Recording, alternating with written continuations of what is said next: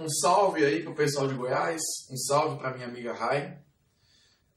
Rai, você, embora tenha saído daqui, não morreu, está em outro estado.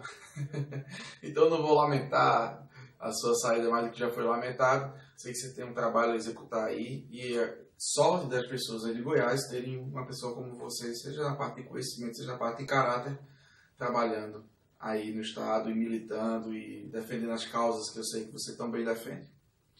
Bem, me apresentar, sou o Pedro, mais conhecido como Pedro Che, sou do movimento de policiais antifascismo, sou também policial civil e muito me orgulha, né, justamente atuar como coordenador do movimento. A RAI me deu a ordem, me deu a missão, e aqui eu estou para cumprir, que é justamente falar do caso Rafael Braga.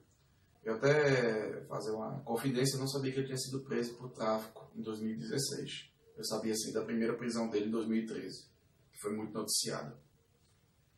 Bem, o que é que o movimento teria a falar sobre o Rafael Braga? Primeiro, seletividade.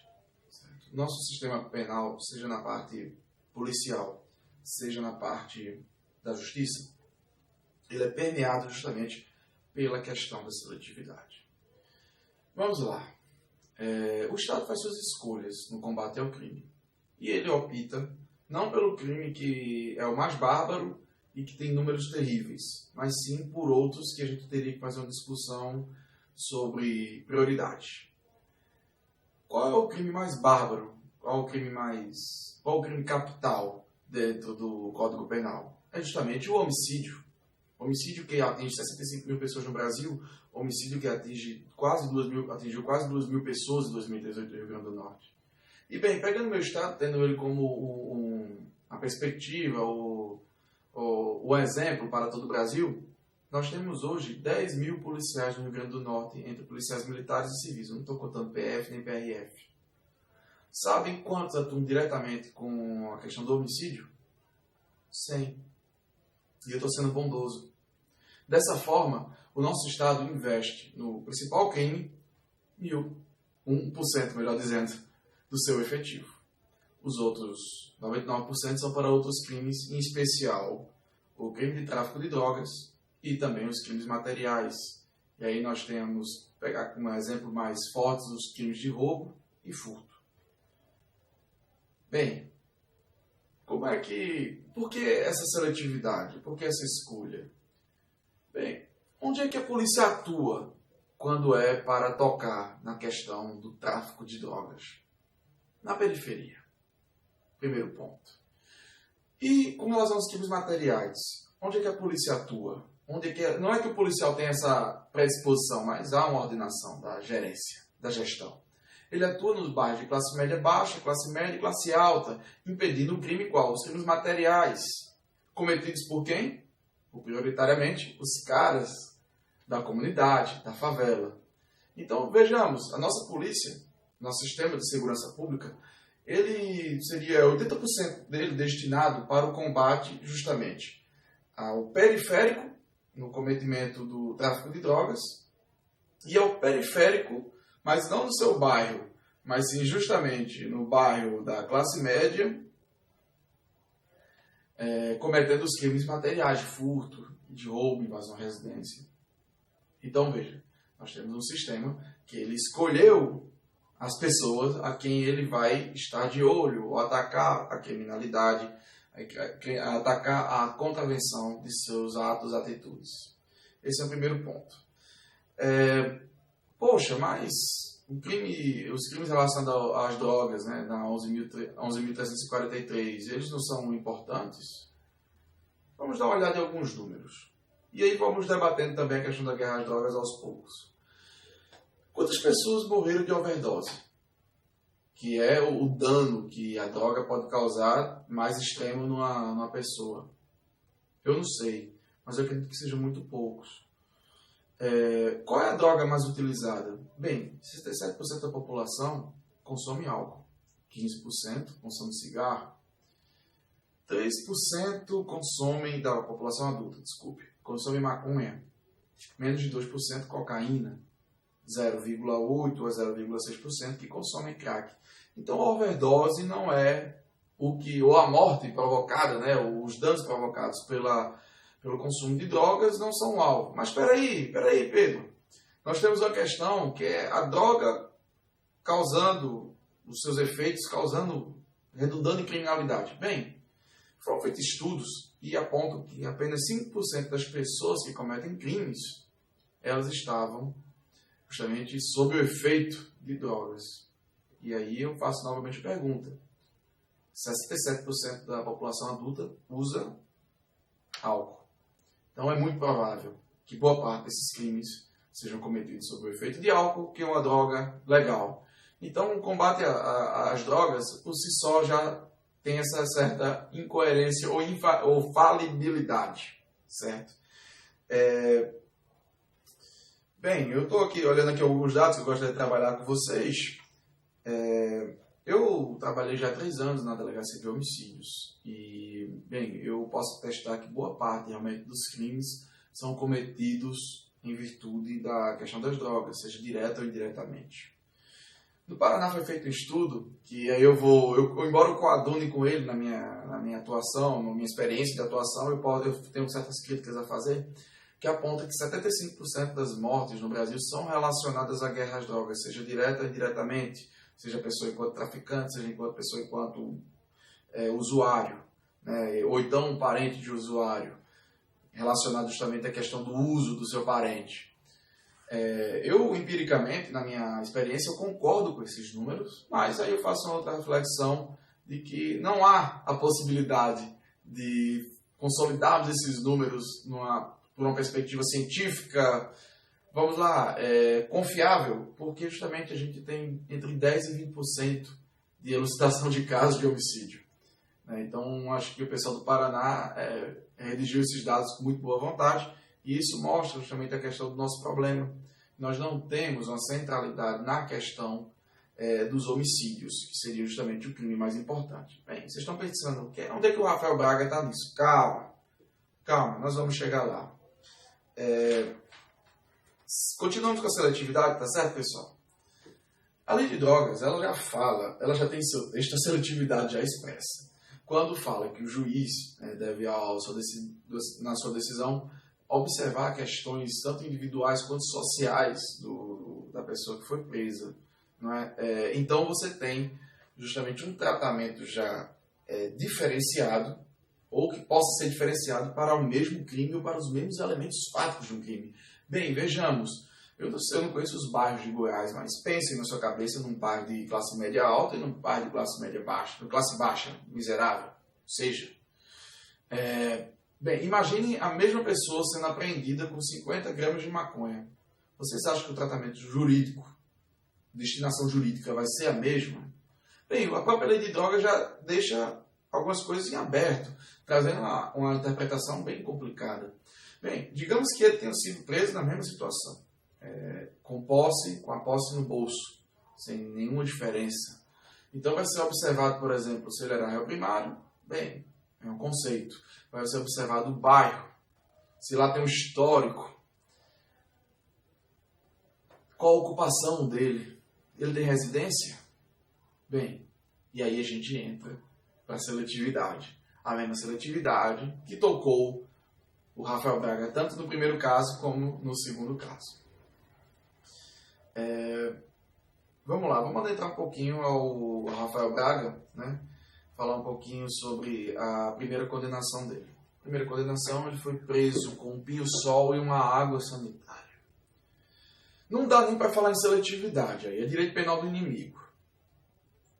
Foi-se constatado pela perícia que, inclusive, os elementos que ele portava eram elementos que tinham baixíssima condição de combustão, de provocar explosão. Então, como é que se conseguiu executar uma sentença condenatória neste caso? É uma mirabolância, que justamente foge até a perspectiva de uma seletividade. Parece que é algo um pouco mais cruel ou algo menos Estado. Né? Há um outro conteúdo aí que foge, talvez, da política que tenha feito essa decisão. Bem, passado esse ponto, a gente pode falar da questão das drogas um pouco. Estou dando uma olhadinha aqui, ver quais são tantos pontos que a gente tem para falar. Estou tentando ver se eu faço esse vídeo de uma maneira mais curta.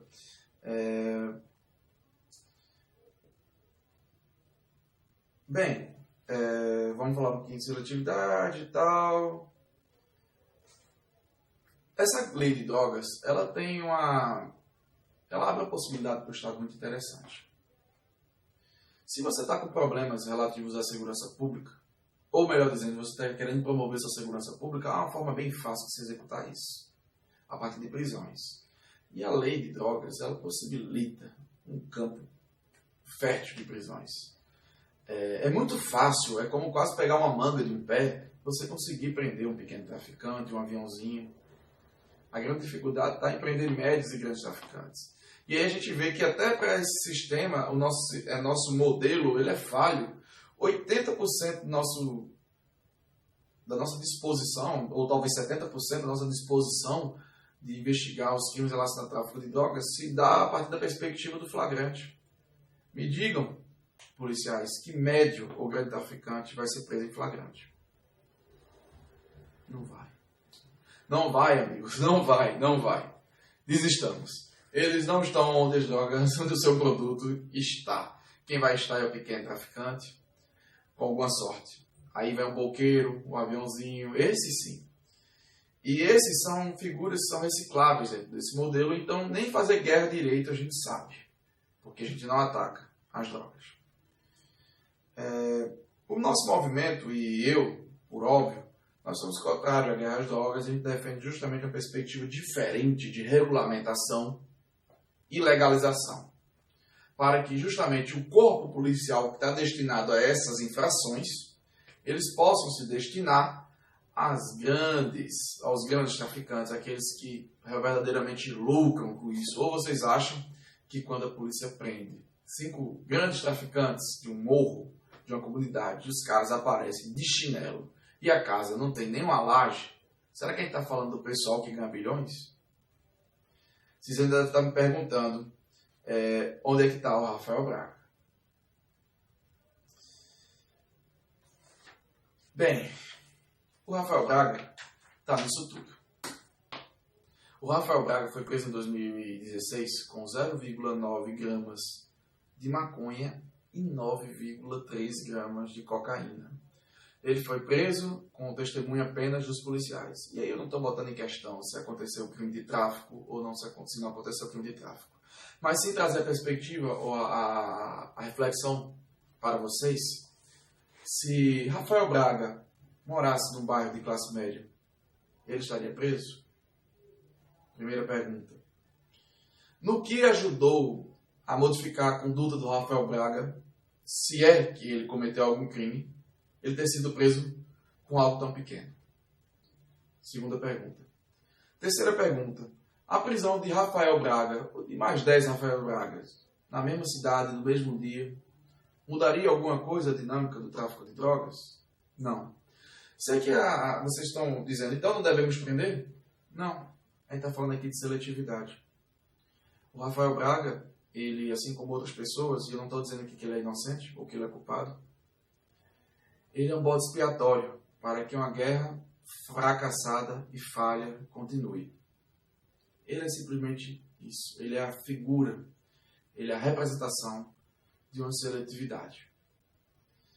Então, pessoal, é isso. Essa é a minha reflexão. Lembrei de um dado que eu gostaria de trazer para vocês agora. Eu gosto muito de trabalhar com dados, embora eu seja formado em História. Foi feito um estudo na Inglaterra que mediu qual o impacto da política antidrogas para um traficante. E eles chegaram à conclusão que, pelo menos no Reino Unido, para que o traficante começasse a ter algum prejuízo com a ação estatal, teria que ser apreendido 40% da droga que ele comprasse para revender. Bem, nós temos números de 10 a 20% de elucidação do crime de homicídio, enquanto o Chile tem 87%, a Alemanha acho que é 90%. Bem, Estados Unidos que tem muitos problemas, 67%. Nós temos 5% do crime de elucidação nos crimes materiais, sendo 4 desses 5% em virtude de flagrantes da PM e 1% de investigação. Vocês acham que no nosso sistema, no nosso modelo de guerra às drogas, nós conseguimos dados muito diferentes? Na verdade, talvez o que aconteça é que quando tem uma baixa no tráfico, na oferta de drogas, o que se faça é aumentar o preço e aumentar o lucro justamente daqueles que ganham mais. Aqueles que não são presos, aqueles que não são vistos por suas drogas. E aí sobra justamente para Rafael. Rafael que cometeu o pesado crime do tráfico de drogas. Rafael que vai ter que ir para o sistema penal. Rafael que não tem nenhuma medida de ressocialização e é ingresso na sociedade. E Rafael que talvez vai ter que adentrar uma organização criminosa, porque nada de graça, inclusive dentro de uma cadeia. Bem, amigos, sou policial igual a vocês, participo do mesmo sistema e faço o meu trabalho, mas faço o meu trabalho sabendo que ele é seletivo, que é um ordenamento de cima e não é de Deus, que faz com que ele seja, que faz com que o nosso sistema seja um falho, um fracasso, um sistema em que os agentes de baixa patente não têm autonomia, um sistema que é feito simplesmente para não funcionar e para prender Rafael, mas não para prender ninguém da Helicoca, ninguém enfim, no máximo um transportador, ele é preso, mas não o dono da droga. E aí nós teremos o mesmo ciclo vicioso, porque quando se prende o pequeno traficante, nada mais do que se faz do que abrir uma vaga no mercado de trabalho. E aí nós temos talvez o irmão dele ou o primo ocupando essa mesma vaga. E nosso modelo não deveria ser esse, deveria ser o que está sendo aplicado em boa parte já dos países ocidentais, que é tratar a questão da droga e a questão do viciado e, se for o caso do pequeno traficante, como questão de saúde pública. Poxa, eu gosto muito de dados e eu gosto muito dessa oportunidade. Se o Brasil fosse Portugal, vocês sabem o que teríamos de mudança no nosso sistema penal? Simplesmente 65% das pessoas que são presas com tráfico de maconha, elas não seriam presas por tráfico de maconha. Porque lá você tem que estar com 150 gramas para ser considerado acima desse tráfico. E de cocaína, 19%. Bem, a quantidade que foi pega com Rafael em país do mundo, nenhum do mundo, não deve se conceber que seja uma quantidade que seja para o usuário. Mas bem, mesmo sem uma investigação, mesmo sem testemunhas, o Rafael foi preso como traficante. E aqui eu não estou medindo se ele é ou não traficante. Estou medindo o nosso fracasso enquanto sistema persecutório. Bem, um abraço e boa aula, pessoal.